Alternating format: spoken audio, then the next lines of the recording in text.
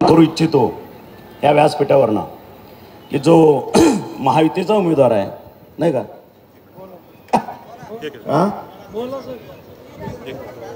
नाही मला वाटतं मी बोलायची गरज नाही. सगळ्या वक्त्यांनी सगळे प्रश्न मांडलेले आहेत, सगळ्याची उकल झालेली आहे आणि पुन्हा पुन्हा चर्चा करायची गरज नाही असं वाटतं. काय कशावर म्हणजे बोलत आलोच की आतापर्यंत सगळीकडं युट्यूबवरनं वगैरे आपण ऐकतोय सगळं. मी कुठं कुठं काय बोललोय ते. राणा पाटील घराणं कधीच त्याच्यावर बोललं नाही, मी बोलतोय काय का. मला वाटतं नाही आपण एकच मी सांगतो की आपल्या हा जो माझा भूमपरांडा वाशिम मतदारसंघ आहे त्याच्यासाठी मी काढलेली चिठ्ठी नाही, माझ्या कार्यकर्त्यांनी काढलेली एक चिठ्ठी मला दिलेली आहे की गेल्या दीड वर्षामध्ये आपण आपल्या ह्या भूमपरांडा वाशीसाठी आपण देशाचं बोलतो, राज्याचं बोलतो आणि ह्या सगळ्या गोष्टी सीमा सुरक्षित, देश सुरक्षित, पण गेल्या 40 वर्षात ज्याच्या पोटाची आग आपण मिटू शकलो नाही, त्याच्या डोक्यात राख असते. देश म्हणजे नेमकं काय, सीमा म्हणजे कशाच्या, जनता म्हणजे नेमकं काय, रोजगार म्हणजे नेमकं काय, या प्रत्येक गोष्टीची व्याख्या आणि चिंतन होणं गरजेचं आहे असं मला वाटतं. आणि म्हणून देश जो चालू होतो तो गल्लीबोळातनंच चालू होतो. सुरुवात तिथनं असते आणि त्याचे प्रखर पडसाद हे दिल्लीला सुद्धा हलवू शकतात. हा तो प्रवास आहे. म्हणजे गावाच्या गल्लीपासून चालू होणारा, खेड्याखेड्यात छपरात राहणारा, शेताच्या बांधावर राहणारा हा शेतकरी हा देशाचा पंतप्रधान ठरवत असतो. त्याच्यामुळं माझा देश असा, माझा पंतप्रधान असा सगळं मान्य आहे. आम्ही नाव ठेवत नाही कशाला, पण माझ्या ह्या समोर बसलेल्या मतदाराचे, माझ्या जनतेचे प्रश्न सुद्धा तितकेच महत्वाचे आहेत. कारण भाषणबाजी आणि काय हे पोटाची आग मिटवू शकत नाही. त्याला 2 वेळचा अन्नच पोटात जावं लागतं, मग डोकं विचार करतं. तोपर्यंत डोकं विचार करत नाही. आणि त्या माझ्या भगिनीला जिची चूल संध्याकाळी पेटवायची पंचायत असते, भ्रांत असते, तिला कळतं की मला माझं संकट काय, आज उद्याचं माझ्या पुढे काय संकट आहे.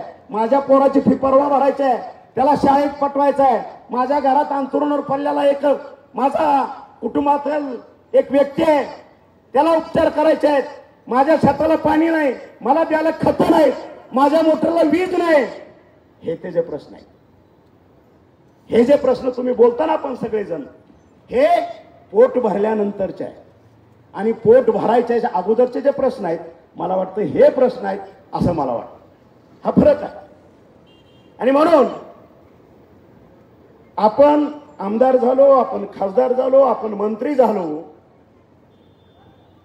म्हणजे काय, माझ्या ह्या भोळ्या बाबड्या जनतेनं 40 वर्षात उपेक्षित राहिलेला हा जिल्हा प्रत्येक वेळेस बदल करायचा प्रयत्न केला.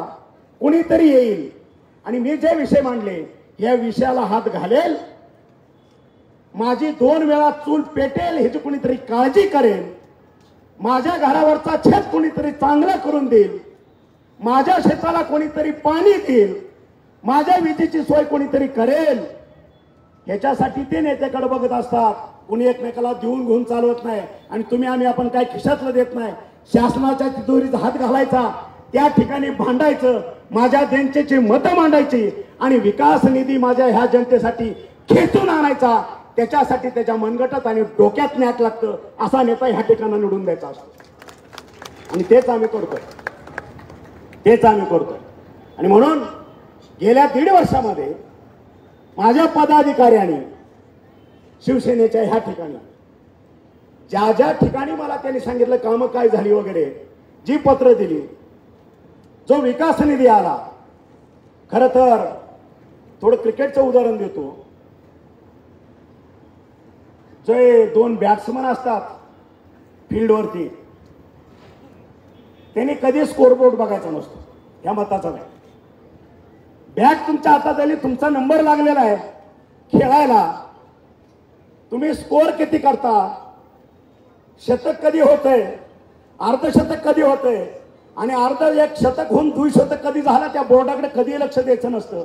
त्यांना एवढंच बघायचं असतं प्रत्येक येणारा बॉल तो कसा का असेना प्रत्येक बॉलाला फटका बसला पाहिजे, तो सीमा पार गेला पाहिजे, सिक्सर मिळाला पाहिजे. म्हणजे मला माझे सहीचे अधिकार मिळाले, तुम्ही जनतेने दिले आणि हे सहीचे अधिकार देत असताना प्रत्येक बॉल येणारा म्हणजे प्रत्येक येणारी समस्या, बॉल म्हणजे समस्या, ती समस्येचं निराकरण कसं झटकन होईल हे त्या नेत्यानं बघायचं असतं, ह्या लोकप्रतिनिधीने बघायचं असतं आणि तो खरा लोकप्रतिनिधी. आणि म्हणून गेल्या 1.5 वर्षामध्ये आलेला निधी तुम्हाला सांगतोय की तुमचीच चिठ्ठी आहे, तुमच्या भागात विकास चालू आहे, तुम्हीच बघताय. त्याचं फक्त वाचन करायला माझ्या पदाधिकाऱ्यांनी, माझ्यावर प्रेम करणाऱ्या माझ्या कार्यकर्त्यांनी दिलंय. तुम्ही बघा, पहिला वाशी नगरपालिका नगरोत्थान योजना 80 कोटीचा प्रस्ताव आहे आपला. कवडे साहेब आहे की नाही, का थांबलो? उत्तर द्या ना आता तुम्हीच. बरोबर आहे. भूम नगर परिषदेला 117 कोटी, त्याच्या अगोदरच्या जवळपास 50-60 कोटी, 200 कोटीचा निधी नगर परिषद भूम कामं चालू आहेत, माहिती घ्या. परांडा नगर परिषद जवळपास 120 कोटी नगरोत्थान मधनं माझ्या मुख्यमंत्र्यांनी दिले, कामं चालू आहेत. 60 वर्ष ज्या किल्ल्याकडे आपण बघितलं नव्हतं, शिवाजी महाराजांचा इतिहास, ती प्रतिमा आपण हृदयात जपतो, पण आपण मानव म्हणून, छत्रपतीचे वारस म्हणून आपण ते विचार जपण्याचं किती काम करतो. हे माझ्या शिवसैनिकांनी 40 वर्षानंतर तो किल्ला स्वच्छ करून आज त्या ठिकाणी जाण्याची सोय बघा कशा पद्धतीने केली, तो किल्ला कसा करून ठेवलेला. आणि म्हणून ज्यावेळेस 2 नगर परिषदामध्ये ही कामं सुरू झाली, आपल्या ठिकाणी का सुरू झाली नाहीत, मला जरा उत्तर आपल्याकडंच हवं आहे कवडे साहेब. आणि मग विकासाच्या कोण येतो? तुमच्या माझे राजकीय मतभेद असतील, वैचारिक मतभेद असतील, पण आपण ज्या वेळेस आपला अहंकार किंवा युगो जे काय असेल ते, किंवा मग आता मगाशी राष्ट्रवादीच्याच नेत्यांनी सांगितलं मला 2 कॉन्ट्रॅक्ट घ्यायचे का तुला 2 घ्यायचे, ह्या घेण्या देण्यामध्ये जर 80 कोटीचा नगरोत्थानचा प्रस्ताव माझ्या वाशीचा जर धुळखात पडला असेल, ह्याला जबाबदार कोण? तानाजी सावंत नाहीये. 10 वेळा ह्यांनाही सांगतोय तुम्ही सह्या करा, ह्यांनाही सांगतोय तुम्ही सह्या करा, कागद माझ्याकडे द्या, मी मंजुरीचं पत्र देतो. अजूनही आलेलं नाही आपल्याकडे. बाकीची कामं सुरू झाली, बजेटरी प्लॅनिंग झालं की नाही. आणि म्हणून इथं पहिलंच आलं म्हणून त्याच्यावर एवढं उत्तर द्यावं लागलं.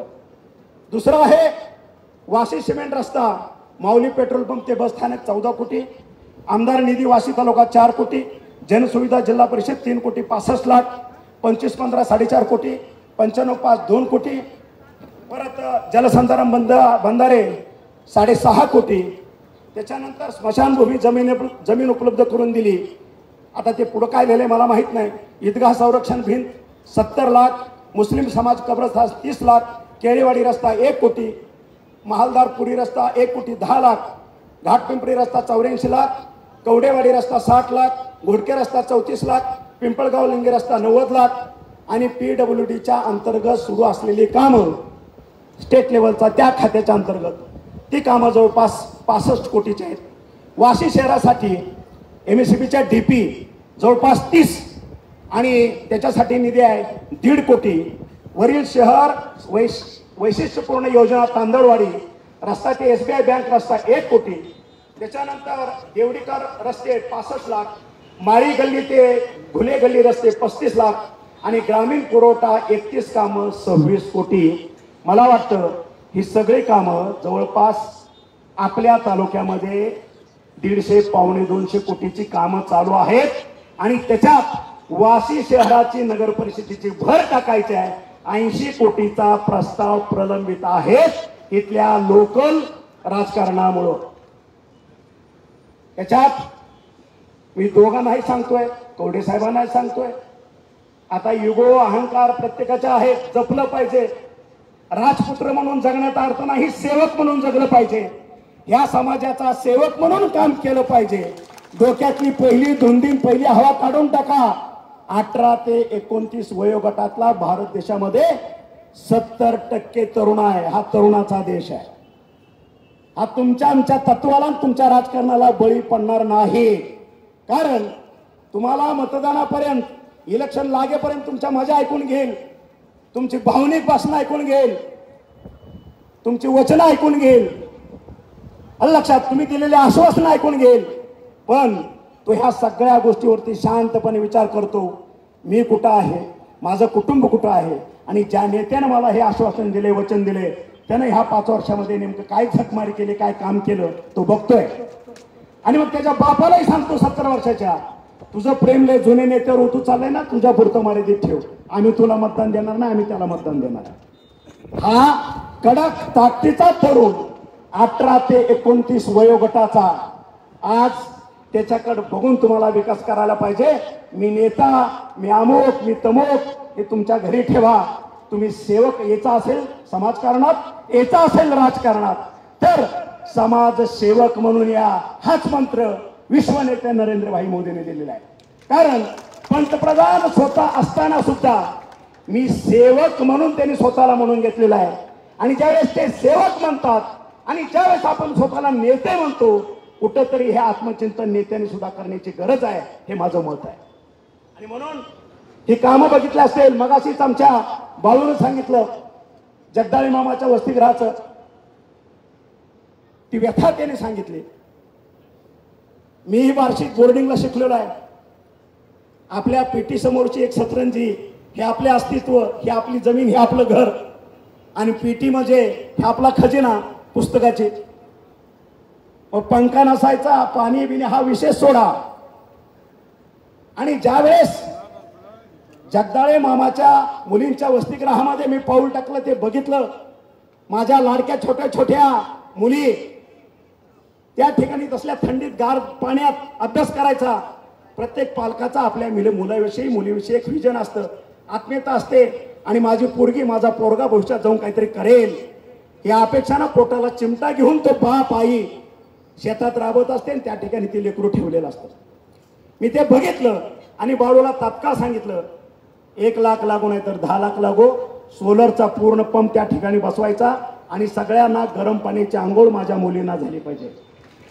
18 लाख सो खर्चातनं त्या ठिकाणी टाकलं। बजेटमध्ये कुठलं तसं मी बजेटचं बघत असलं, लक्षात तो मला नाद नाही, निधी किती दिला, किती शिल्लक राहिला, त्याचं काय करायचं, टक्केवारी कशी मागायची, नाही का, लय नाद आहे आपल्या भागात। लक्षात पूर्वीचा आमदार ह्यांचा नातेवाईक 1 तारीख झाली की त्याचे सगळे बच्चे कच्चे टक्केवारी घेण्यासाठी त्या ऑफिसच्या दारात बसायचे लोक। हे सगळ्या भूमपरांडावासीच्या मतदारांना माहित आहे।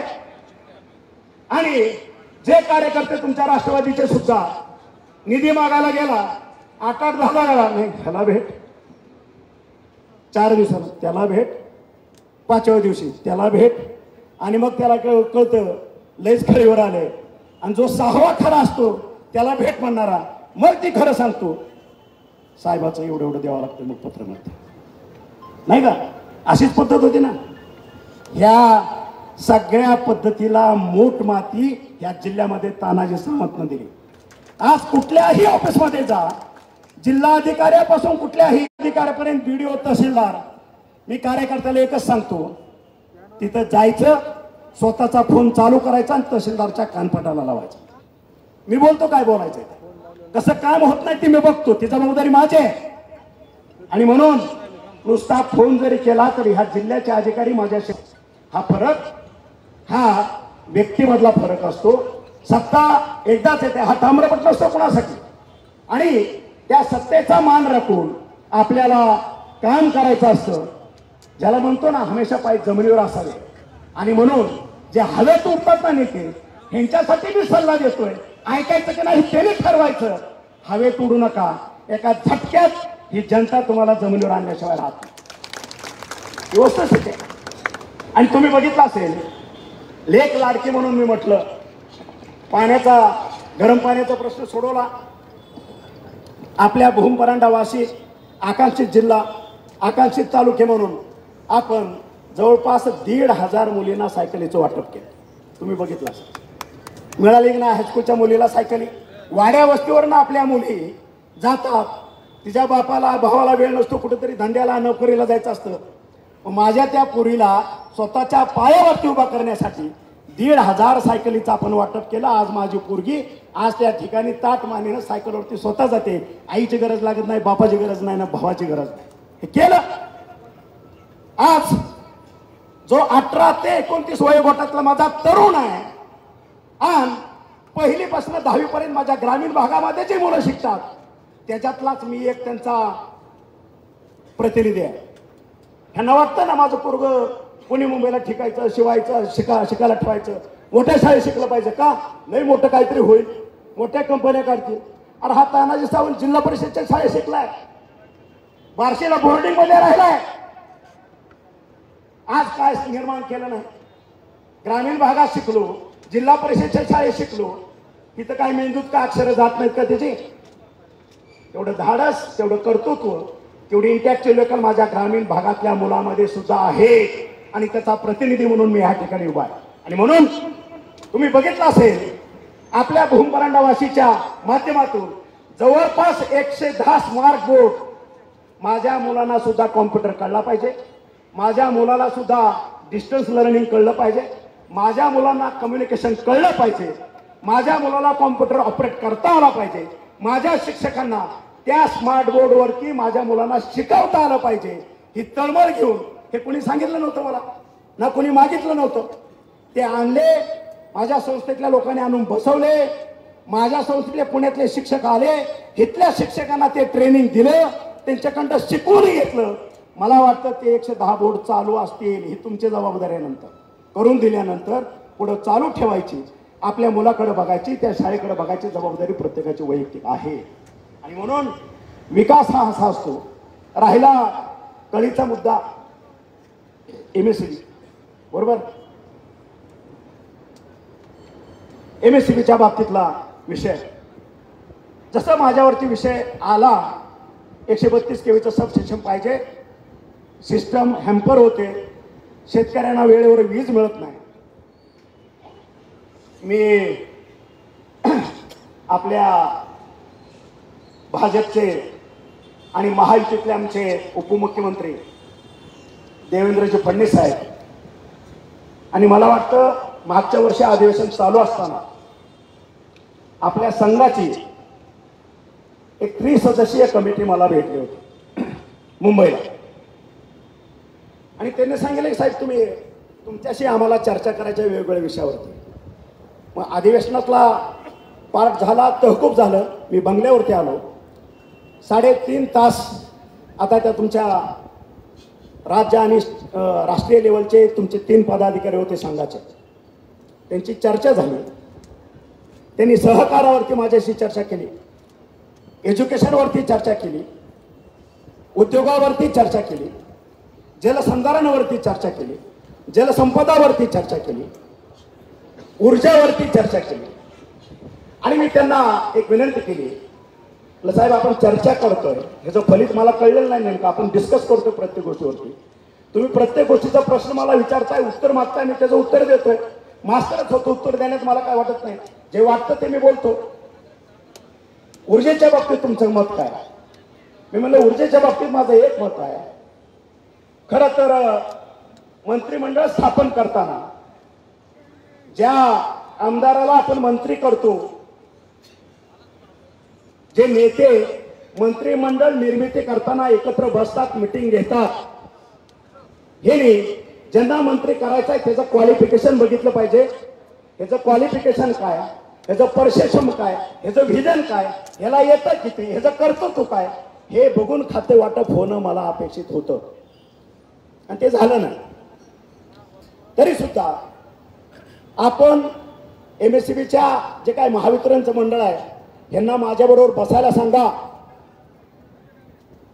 मी माझ्या पद्धतीनं त्यांच्याशी चर्चा करून 6 महिन्यामध्ये महाराष्ट्राला 3 टायर सिस्टम विजेची देऊन, 3 टायर सिस्टम म्हणजे काय, काही शेतकऱ्याला काही मंडळाला 24 तास वीज, काहीला 12 तास वीज आणि काहीला 8 तास वीज.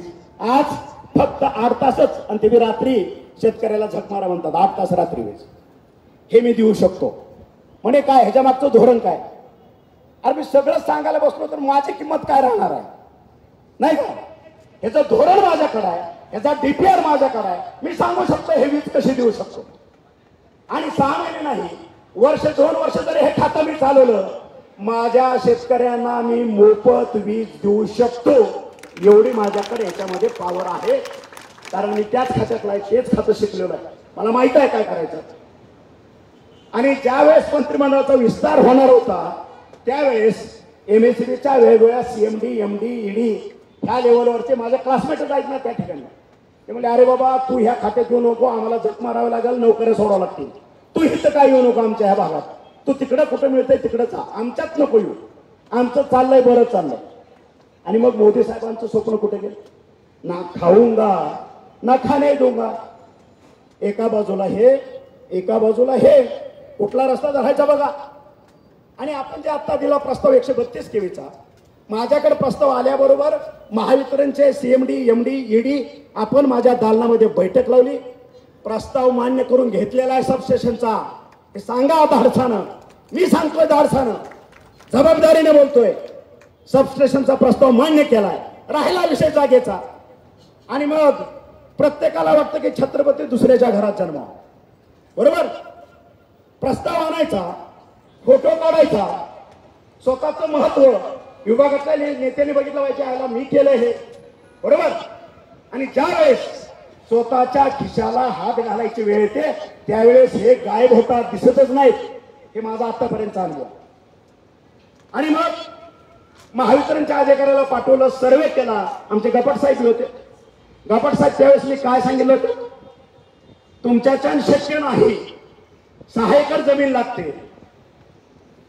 असंच मानकेश्वरला कैलासवासी आमचे आमदार बापूसाहेब, त्यावेळेस मी आमदारही नव्हतो, त्यांनी सांगितलं मला सबस्टेशन पाहिजे. म्हणलं दिलं. काय करावं लागतंय? जमीन घ्यायची आहे, पैसे पाहिजे, 2 एकर पाहिजे, दिले. मी स्वतः खिशातले पैसे काढले, बापूसाहेबांना दिले, त्याने ते जमीन खरेदी केली, मानकेश्वरचं सबस्टेशन सुरू झालं. या ठिकाणी 6 एकर पाहिजे. यांना म्हणलं सांगा काय करायचं, म्हणजे जमीन खरेदी करावं लागते. आणि ह्यांच्यातला एजंट आणि दलाल पुन्हा जागा झाला. 2-4 लाख रुपये एकराची जमीन 12 लाख 15 लाखावर ह्यांनी नेऊन ठेवली. त्यांना माहिती आहे साहेब देत नाही, आपल्याला काय, फोटो आपला आहे, पैसे साहेबायचा. आता मग ह्या ठिकाणी माझे 2-2 पुतणे आहेत, माझा अख्खा पदाधिकारी ह्या ठिकाणी बसलाय, ह्यांना माहित नाही जमिनीचे भाव काय त्या ठिकाणी. आणि मग तरी सुद्धा मी ह्या खोलात गेलो नाही. त्यांना सांगितलं ठीक आहे, अपात्री दान हे लाभत नाही, 80% जमिनीचे पैसे मी वैयक्तिक तानाजी सावंत देतो, त्या जमिनीचे 20% तुम्ही वर्गणी करा. किती? 20%. पुन्हा दप्प या 42 डिग्रीमध्ये सुद्धा थंड. पुन्हा महिना गेला. मी आमच्या गपाट वकिलांना विचारलं, साहेब काय झालं पुढे आपल्याला जायचं? साहेब म्हणे कोणीच काय बोलत नाही 20%. मी म्हणलं ठीक आहे, अजून दुसरा प्रस्ताव घेऊन जा, मला हिची मनच बघायची होती. लक्षात आलं असेल मी काय बोलतोय ते. 95% जमिनीचे पैसे मी देतो, 5% फक्त लोक वर्गणी करा. पुन्हा महिना गेला. पुन्हा गपाट साहेबांना आमच्या बोलवलं. काय झालं? साहेब आता तरी भेटतच नाही ते. आता तुमच्या साक्षीनं परत सर्व नेते ह्या ठिकाणी आहेत. आता 100% पैसे मी देतो, खरेदी खात्री करा. मला तुमची पडलेली नाही, मला ह्यांची पडलेली आहे. ती नीट झाले ना, ह्यांचा बांधबांधुरा नीट होणार आहे, ह्याच्या पिकाला पाणी मिळणार आहे, ह्याचा सोयाबीन पिकणार आहे, ह्याचा ऊस पिकणार आहे. तुम्ही तुमचा इगो, तुमचा फोटो जरा बाजूला ठेवा, त्याला बघू द्या मला. आणि म्हणून आज तुमच्या सगळ्याच्या माध्यमातून सांगतोय, हे सबस्टेशन झाल्याच जमाय. आचारसंहिता झाली. माझ्या गपाट वकिलांना मी विनंती करतो, माझ्या बाळूला विनंती करतो, हे जर खरेदी खत ताबडतोब संपून टाका आणि माझ्या शेतकऱ्याचा जिव्हाळ्याचा विजेचा प्रश्न एकदाची मिटवून टाका, मातीत गाडा. हे काम करण्याची माझी पद्धत आहे. आणि आपल्यालाही ह्या वाशीनगर वासी ह्याच्या माध्यमातून विनंती करतोय, 80 कोटीचा प्रस्ताव, भगवान दे रहा है छप्पर फाड़ के, आपकी झोली फटी हुई है, अच्छी बनाओ, ले लो 80 करोड़ हमारे जनता के लिए, बसा एकत्र. परत नम्र आवाहन करतो सगळ्यांना, विकासाचा पैसा माघारी पाठवू नका, परत मिळत नाही. माझा मुख्यमंत्री हा देणाऱ्यातला आहे हे ध्यानात ठेवा. न भूतो न भविष्यती अशा पद्धतीचा निधी आपल्या धाराशिवला आलेला आहे. 16,000 कोटी पाण्याचे. आज ताईने सांगितलं की त्या आपल्या अंबाबाई मंदिराचे किती, आपल्या भागातच भूमपरांडा वाशीमध्ये 700 कोटी पाणी टाकायच्या नलिका, त्याचं काम सुरू झालेलं आहे. जवळपास आपल्या तालुक्यामध्ये 2 ते 2,500 कोटीचा निधी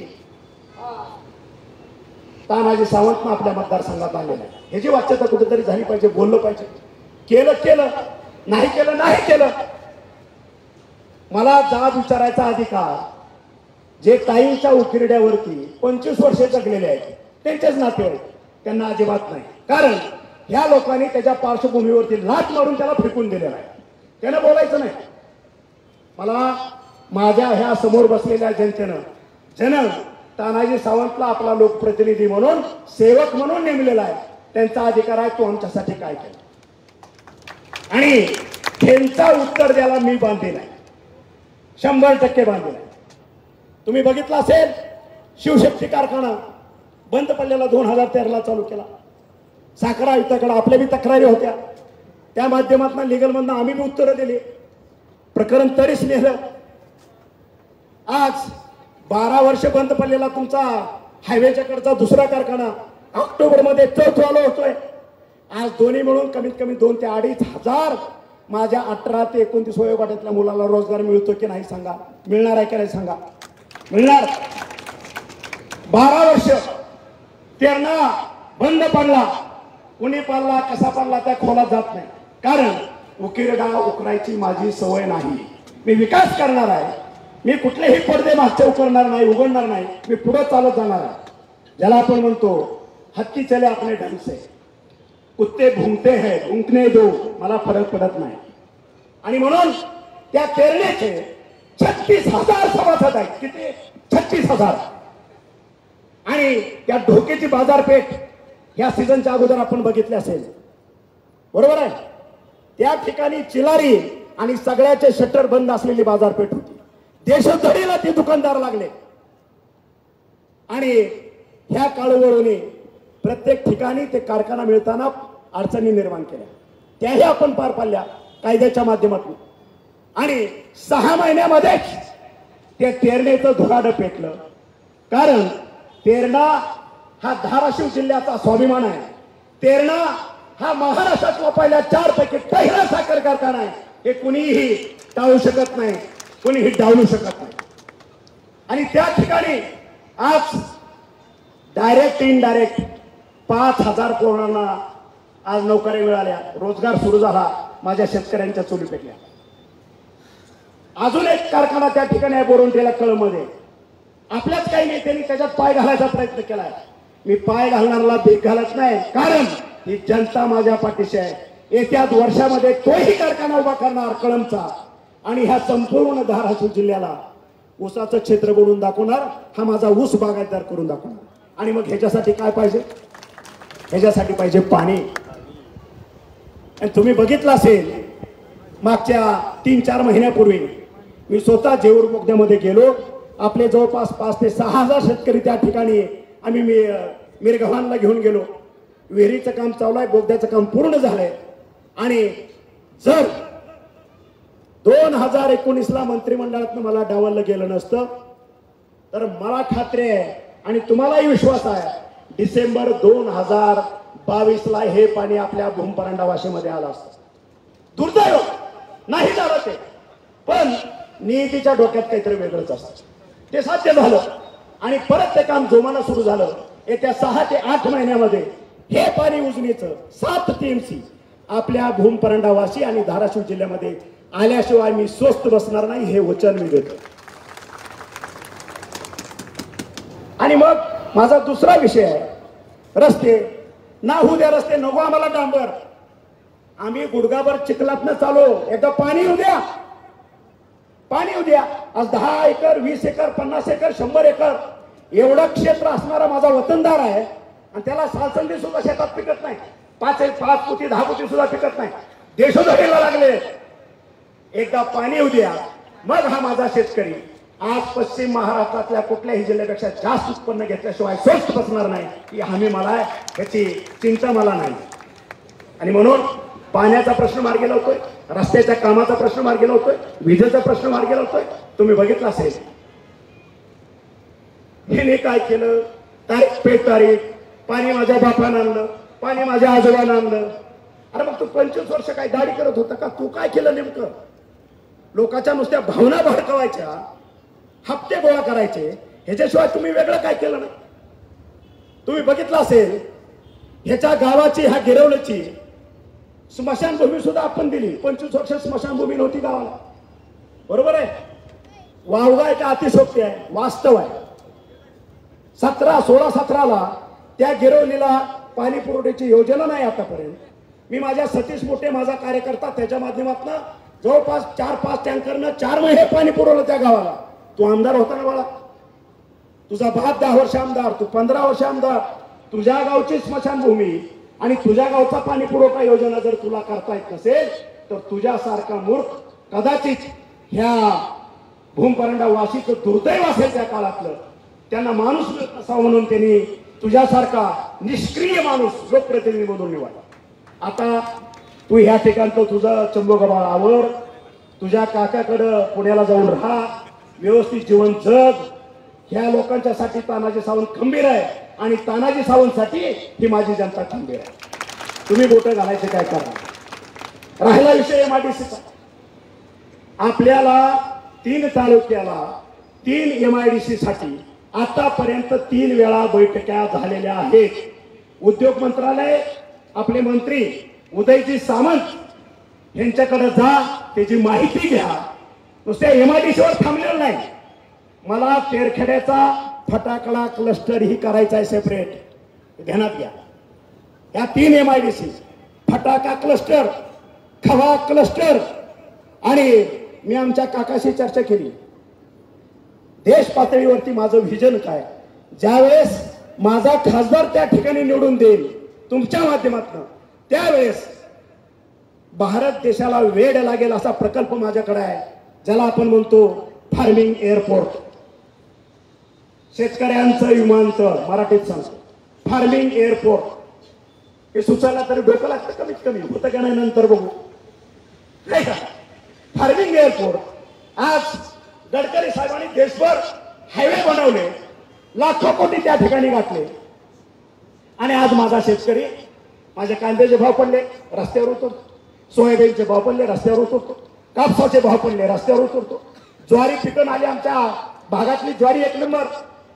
ज्वारीचं पोती भरली की भाव 2000-2500 आणि ज्वारी संपली की भाव 6000. ह्याची आम्हाला गरज नाही. जर फार्मिंग एअरपोर्ट ही संकल्पना भारतभर राबली आणि हे माझं व्हिजन आपले विश्वनेते पंतप्रधानजी यांनाही लिखित रूपात मी पाठवलंय. आपल्या महाराष्ट्राचे उपमुख्यमंत्री देवेंद्रजी फडणवीस आणि माझे मुख्यमंत्री एकनाथजी भाई यांच्याकडे लिखित रूपात दिले. माझ्याकडे त्याचा DPR तयार आहे. संकल्पना थोडक्यात सांगतो आणि मी संपवतो.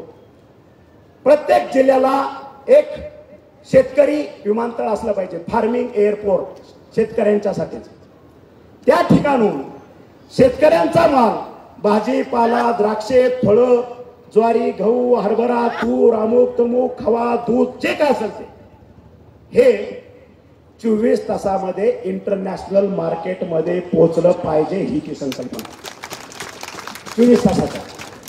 आणि त्या प्रत्येक जिल्ह्याला फार्मिंग एअरपोर्ट आणि त्या जिल्ह्यातले असणारे तालुके, जे गडकरी साहेबांनी अख्खं राज्य जोडण्यासाठीची मेहनत घेतली ना, ते रस्ते माझा जिल्हा आणि तालुके जोडण्यासाठी गेले केंद्राने. आणि माझा तालुका तो जिल्हा हा कॉरिडॉर असेल. माझ्या शेतकऱ्यांची पोरं तिथे उद्योगधंदे थाटतील आणि त्या माध्यमातून transport, godown, warehouse, cold storage, clerk, हे ते डिझेल भरणारे, गाड्या चालवणारे, हा सगळा रोजगार माझा त्या जिल्ह्यात, माझ्या जिल्ह्यातल्या मुलांच्यासाठी तयार होईल. हा एक भाग. आणि दुसरा भाग आपण बघतो माझे द्राक्षे तुटली, माझी भाजी झाली तयार, आपण गाड्या भरतो, टेम्पो करतो, पुण्याच्या बाजारपेठेत पहाटे 4ला आपला टेम्पो जाऊन उभा असतो आणि सकाळी 6-7ला आपले लिलाव होतात। ह्या पद्धतीनं माझा माल त्या जिल्ह्याच्या एअरपोर्टवरती येणार, 24 तासामध्ये तो ज्या ठिकाणी मार्केट असेल त्या एजंटनं सांगितलं असेल त्या ठिकाणी, मग दुबई असेल, अबुधाबी असेल, गल्फ कंट्री असेल, सौदी अरेबिया असेल, त्या ठिकाणी जाईल आणि 24 तासाच्या आत माझा माल त्या बाजारपेठेत विकला जाईल आणि माझ्या शेतकऱ्याला त्याच्या ऑनलाईन वरती त्याची पट्टी दिसेल। आज 100 रुपयाचा माल जर पाठवला तर त्याचा आपल्या आंतरराष्ट्रीय मार्केटमध्ये 1000 रुपये किंमत होते। मी म्हणतोय हे सगळे एजन्सी, हे ट्रान्सपोर्ट, ह्याच्यावरती 500 रुपये खर्च झाला, माझ्या शेतकऱ्याच्या खिशात बिनबुबाट 100 रुपयाचे 500 रुपये पडणार आहेत आणि तेही 24 तासाच्या आत। ही ती संकल्पना आहे आणि म्हणून मला आपल्या फडणवीस साहेबांनी शब्द दिलाय, जसं आपलं सरकार येईल केंद्रातलं आणि आपल्या राज्यातलंही, सिंबॉलिक म्हणून देशात पहिला प्रोजेक्ट हा कुठं सुरू केला जाईल तर तो हा महाराष्ट्रात सुरू केला जाईल, हे तुम्हाला वचन देतो असं मला फडणवीस साहेबांनी आणि माझ्या मुख्यमंत्र्यांनी सांगितलेलं आहे। आणि तुम्हाला थोड्या दिवसात ते स्वप्न, आज स्वप्न दिसतंय पण मी स्वप्न बघतो आणि ते सत्यात वास्तवात उतरवायची ताकद आणि थमक ह्या तुमच्या लोकप्रतिनिधीमध्ये आहे, ह्याच्यावरती तुम्ही विश्वास ठेवा, हे मी तुम्हाला वचन देतो। आणि म्हणून हे सगळं करण्यासाठी आपल्याला आपल्या महायुतीतला नरेंद्र भाई मोदी यांचे हात बळकट करणारा लोकप्रतिनिधी म्हणजे खासदार येत्या 7 तारखेला त्यांच्या घड्याळापुढच्या चिन्हावरती बटन दाबून प्रचंड मतानं विजय करायचा आहे आणि आपला एक लोकप्रतिनिधी 4 जूनला संसदेत बसला पाहिजे, ह्याची काळजी माझ्या वतीनं आपल्या सगळ्यांना सर्वांना घ्यायची आहे। आणि त्यानंतर 4 जून नंतर परत मी माझ्या ताईला ह्या ठिकाणी आणेल आणि विजयी सभा, विजयी जल्लोष ह्या चौकात केला जाईल, हे वचन देतो। जय हिंद, जय महाराष्ट्र। धन्यवाद साहेब। यानंतर